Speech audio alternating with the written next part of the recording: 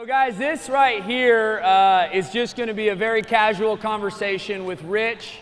And, Rich, just so you know, I want you to just kind of share your heart to these questions. We're going to pick apart the three areas that this event is about, which is family, fitness, and faith. And I read your book first. I had it for a long time, but I finally started reading it about 3 months ago. And you talk about those three areas of your life being in the book, in like chapter 3, very beginning, that's basically your core values. So can you share with me how that started, how you even established having those three core values, family, fitness, and faith? So you got to kind of back up to 2010. We were talking earlier, that was the first time you went to the games. That was my first CrossFit Games.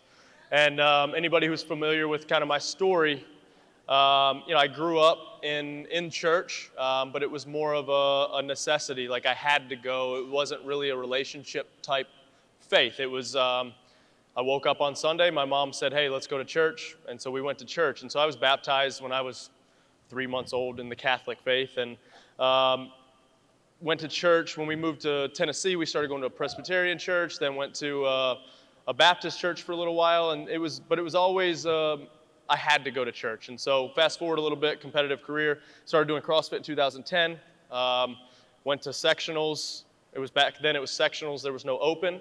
And if you got the top 15, you went to regionals. And so we showed up on the way to spring break. Turns out I was in the top 15 after day one. I ended up winning that sanctional, so we hung out a little longer.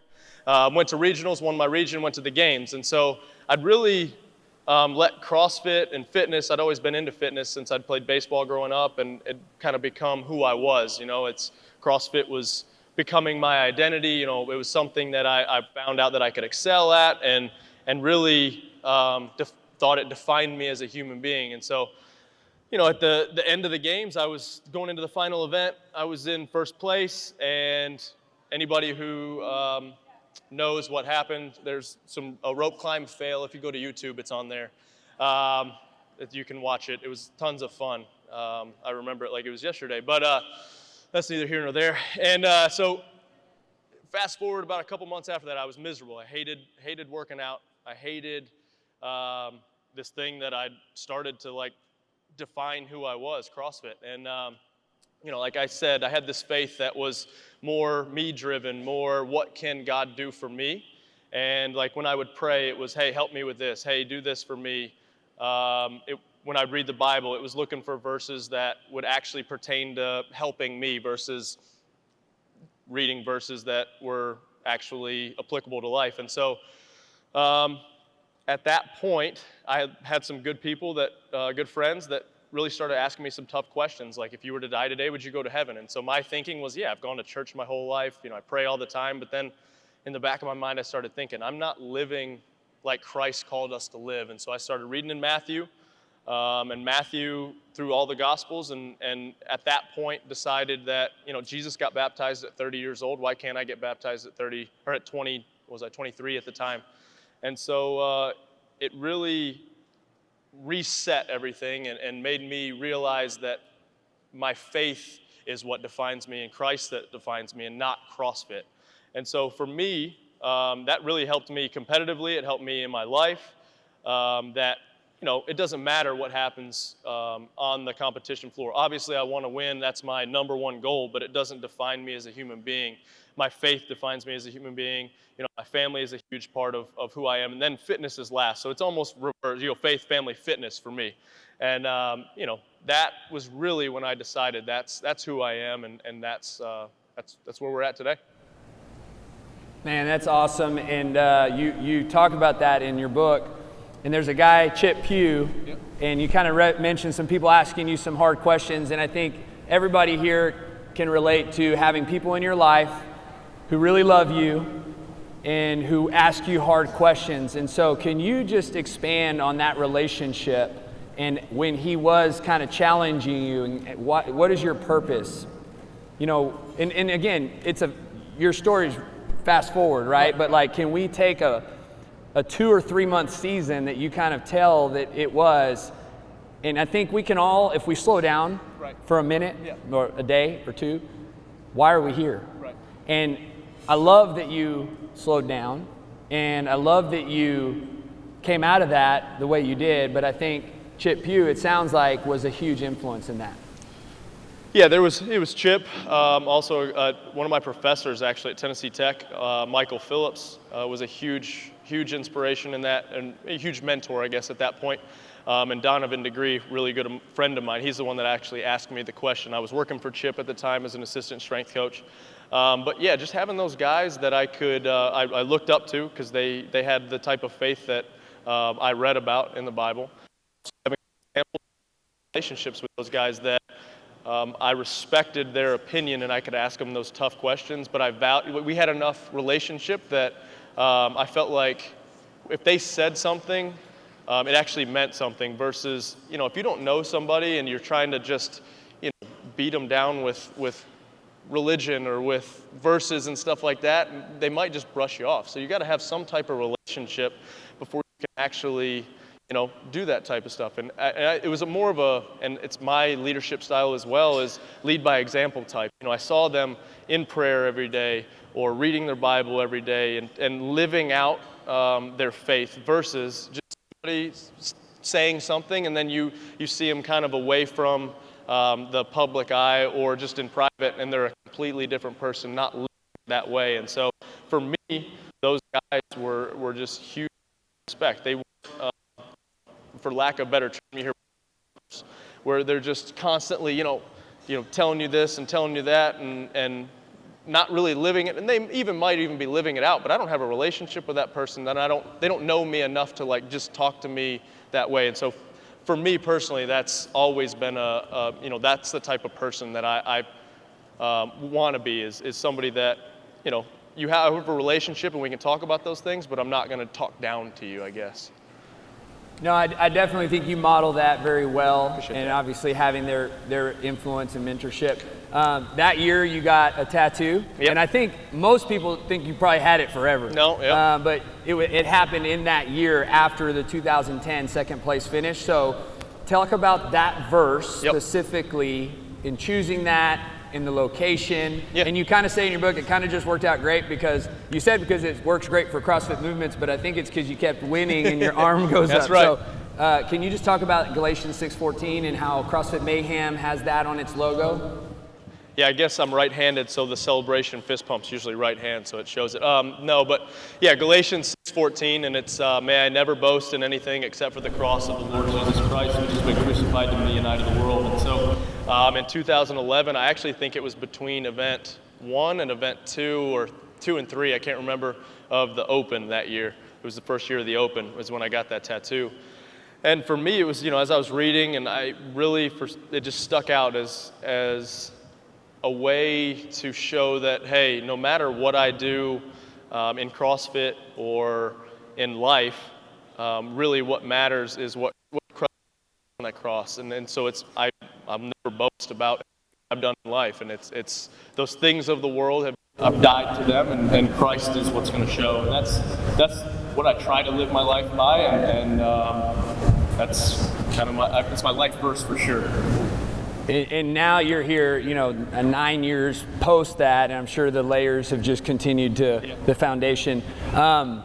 Next year, 2011, you talk about specifically, everybody here, I guarantee if you're an athlete, and I said this early this morning to the volunteers, I go, these athletes are nervous, they're anxious, they probably didn't sleep very well last night. You talk about that first event at the 2011 games being the swim at the beach, and you had to get up at 4 a.m, but you didn't sleep great, and you're on the bus, or you guys are heading out there, and you said, man, and then you read Jeremiah 29:11 through 13, and you still, according to you, 26th place, which isn't 27. 27. Yeah. You did where you probably didn't want to start, Nope. and then you kind of talked about just how your perspective, 2011, because of what you've been through, comparatively to 2010, was entirely different. How that verse spoke to you. You're talking to CrossFitters who obviously compete, who love to do the sport. You're a games champion, and you're still feeling that. Can you talk about how your relationship with the Lord, His Word, and all that play into that? Yeah, so a little backstory on that. I'm on the bus, for those who haven't read the book. I'm on the bus. I'm praying and I'm kind of like, all right, God, this year, new mindset, I'm doing this for you. Show me what your plans are. Jeremiah 29:11, for I know the plans I have for you, declares the Lord. Plans to prosper you, keep you, blah, blah. And so I'm like, all right, it's good. He's going to prosper me and keep me in 27th. And I'm like, all right, I guess I'm going to be a humble loser here and I guess the plan is not to be good at CrossFit. I guess I'm going to go back to the fire department. I'm going to, just do that. And, not really checking out at that point, but I was like, all right, well, I said I wasn't going to let this define me. And it was very freeing. And I do believe God is an all-knowing God. I don't think that he actually intervenes in athletic type events. And so, it's, for me, it was like, all right, it was very freeing, though, to that I didn't have that pressure. And so I feel like that helped me and has helped me throughout the years that, and a little bit of experience through the years knowing that one event at the CrossFit Games isn't your entire weekend. It's a bunch of events. So that was very, like I said, freeing. And I think that's kind of what's helped me win the last couple years is knowing that that's not what defines me. Obviously not one single event, but how I do at the CrossFit Games doesn't define who I am. And that's really where that started and was the first time it clicked and I was okay with it, I guess. That's awesome. I love that. And I want to shift. We hung out in faith. Yep. Let's go to family. I made a comment earlier because we're trying to get from pad C back up to kind of, the timeline, and we're trying to stick to it, and everybody, rightfully so, wants pictures, and I'm like, man, I feel sorry for Hillary. I don't know what she does going on anywhere with you. Let's talk about Hillary. I love in your book, and I think you kind of make it known that she's not the CrossFit is cool, but she almost don't care. Yeah, she doesn't care. And so marriage is amazing. Yep. I love my wife. I believe in marriage. I think it's one of the greatest gifts we get on this earth. I see that through you with Hillary. Can you encourage couples or just talk about your marriage specifically with Hillary? Tie into that, how she kind of doesn't think CrossFit's a big deal, right, and how that actually is God loving you well and reinforcing the truth that you state, right, that it doesn't matter, and he gave you a specific type of wife to love you that way. For sure. Yeah, so a little backstory, and this might actually be in the documentary, but so I snatched, no, this wasn't a documentary. So I snatched 305 in 2012 at some charity liftoff competition. And so I'm pretty excited, something that I've wanted to do for a couple years at that point and was fired up. And Hillary comes back there and she says, what's the point in putting that much weight over your head? And I was kind of like, yeah, you're right. But I was pretty excited. So we always joke that it's I could come in and say, I PR'd. She's like, that's great. Go take out the trash. That's all she really cares about. So yeah, but it's amazing to have a wife that's my biggest fan, my biggest critic at the same time. Super supportive, but really could care less about anything performance-wise. Really doesn't know what's going on half the time. I'm going to tell you a story. She'd probably kill me if I ever told you this. So she goes in spurts of she wants to work out. So she'll work out for a couple weeks or a couple days or a day, and then she won't work out for a couple months or a year or two. And so one time I was going on a trip, and we had this barn. It was before we moved to our house now. We had this little garage shed. Anybody seen any of the YouTube videos? You've seen it. She decided to go out there and work out, and it was probably 30, 40 degrees that night, and she's telling me this story. I wish this video was still here. So she's trying to do wall balls, doesn't realize there's different weights on the med balls, says she almost broke her wrist because she grabbed a 30 instead of a 14. Then she swears she could do a muscle up. She's like, they don't look hard. You guys, it's just, I'm like, I don't want to say you could never do a muscle up, but you can't do a pull up and you can't do a ring dip. You could learn those things, but you can't right now. She's like, I know I could do a muscle up. Well, so she decides to set up the camera, gets in frame, says, you don't think I can do a muscle up, but I'm going to show you. Well, she can't jump to the ring, so she stacks up some weights. She said she jumped up to the rings, missed one ring, so she's hanging there, decides not to waste her energy and dropped from the ring, falls, twists her ankle, said she's laying out of frame going, oh no, oh, I think I broke my ankle. She deleted the video. I wish it was somewhere on the cloud, but she surprisingly told me the story, but she deleted the video. She's like, I thought I was going to die out there because that's the last place anybody would look for me. So that's Hillary. That's about spot on for her. She's awesome, but yeah, she could care less about anything fitness-wise, and that's good. You know, I don't have to put my self-worth in that either. Yeah. No, I love how God gave you a wife, because you said that's how he feels about you, and he gave you a wife that feels, you know, he uses her. And so let's talk about your kids, because in Froning 4, the documentary, which was so well done, and you guys shared about your infertility. And man, that, I think the heartstrings of a lot of people who have struggled, you know, not everybody goes out and shares their struggles, and you guys knowing that, you know, again, why and so you guys were very vulnerable and sharing, and now you have 3 beautiful children. And you've met my kids. I have 4. We're kind of in a similar stage of life, and you know, they're amazing sometimes, and then they're just exhausting most of the time. Yeah. So talk about having 3 little kids. Talk about how life is so different for you in this season. Previously, just, you know, talk about being a dad. Rich Froning is the dad. Yeah, so for those who don't know, we kind of had some infertility issues for a couple years, and no reason, no scientific reason. I think it was all God, and I think it was for a reason. You know, our plan when we were talking about having a family was to have 3 biological and adopt 1, and God was like, yeah, that's funny. That's not my plan. And so we have 3 amazing adopted children. Lakelyn, who's 5, Trice, Richard the third, but we call him Trice, is 2.5, the most destructive child on the face of the planet. Violet, who's actually Lakelyn's biological half-sister. They're half-sisters, and she's the sweetest little girl there is. And Lakelyn is full of energy, full of life, full of sass, and there's nothing like being a dad. And it's really eye-opening and kind of scary on the things that they pick up on. I mean, you know how it is. It's like I've never once told either the 2 older ones go out to the barn a lot with me or to the gym, and just to see the things that they pick up on. And I've never once told them, hey, let's go work out, but Lakelyn's always like, Dad, can we do a workout? And I'm like, let's do it, girl. And so, you know, she has her pull-up bar, she has her barbell, and it was funny the other day, the first time Trice kind of like, I saw him picking up the barbell and chucking it, picking it up, chucking it, and I was like, all right, he's starting to pick up on, you know, what's going on in here. So it's incredible just to, you know, it really makes you understand unconditional love. You know, you think you understand it before you have kids, and then just to see, you know, they could be the most rotten thing, you know, the meanest, you know, tell you they hate you, and then 2 seconds later they tell you you're the best dad in the world, and you're like, okay, I'm good, we're good again. And so it's pretty crazy, and like I said, it's the most rewarding thing I think on the planet is being a dad.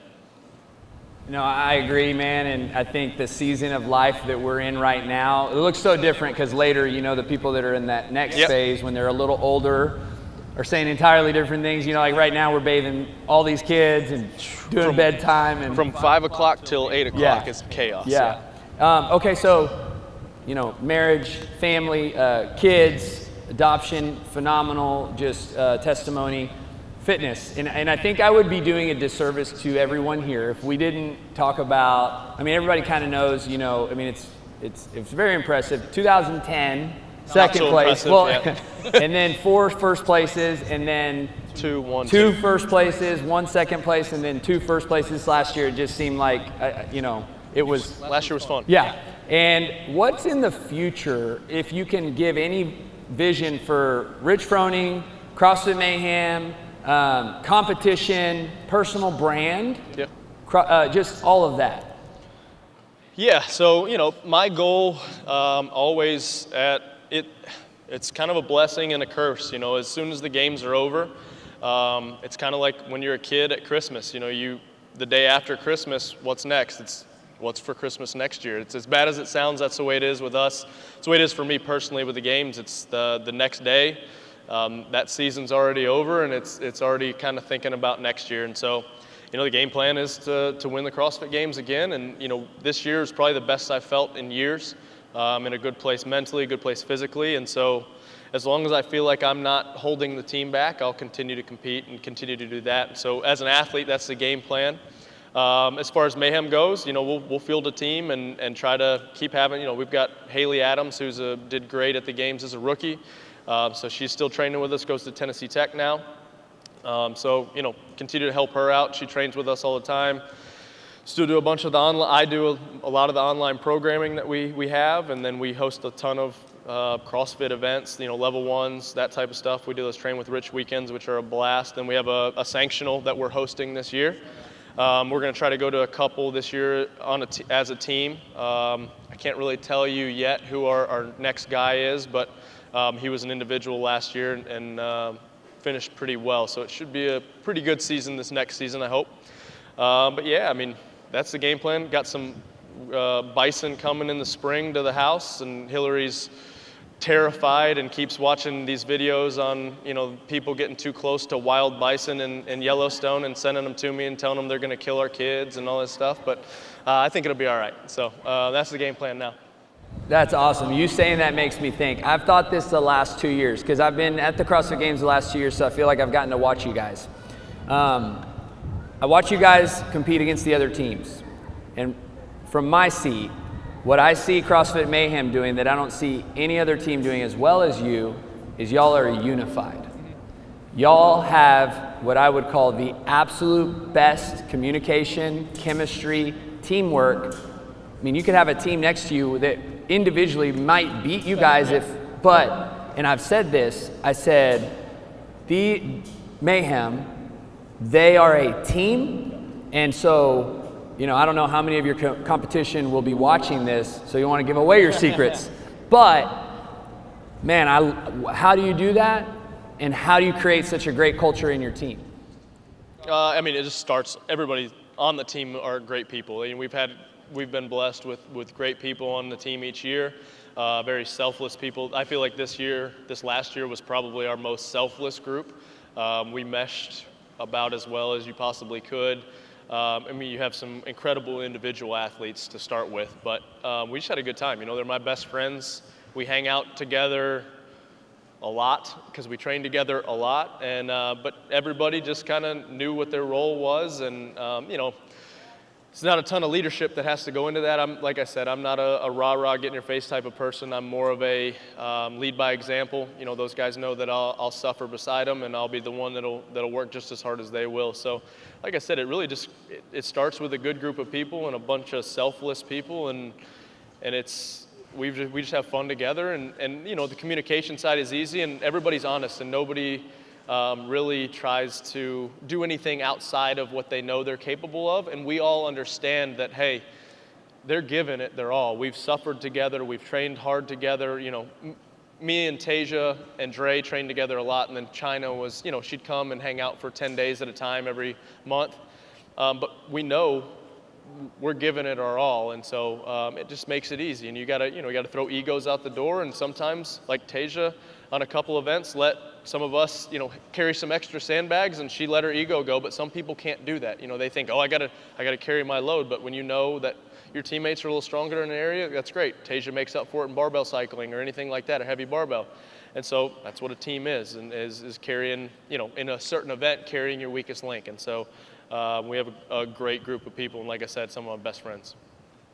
So cool, because I love hearing that. You guys are a great example of a great team. And I think that's a great segue into the closing of the Q&A and segue into the next piece, which will be the fundraiser. Yep. You had a partner today. You had a teammate, yeah. John Devlin. John, will you come up here? John, get up here. Tanner, will you come up too, man? And bring the check too, Jim. So John was Rich's partner today, and his gym alone raised over $14,000 for the Ronald McDonald Charities, guys. Give it up for, and total was $27,605 for the Ronald McDonald House.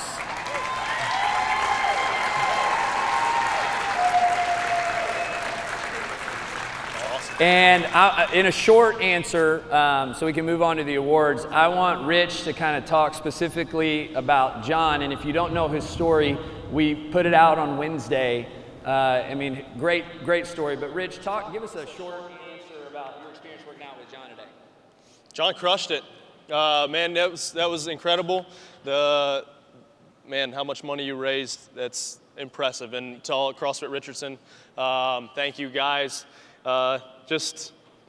Really speechless just to say how much money, you raised in such a short amount of time and busted your butt and came out today and was ready to throw down. So impressive, man, impressive.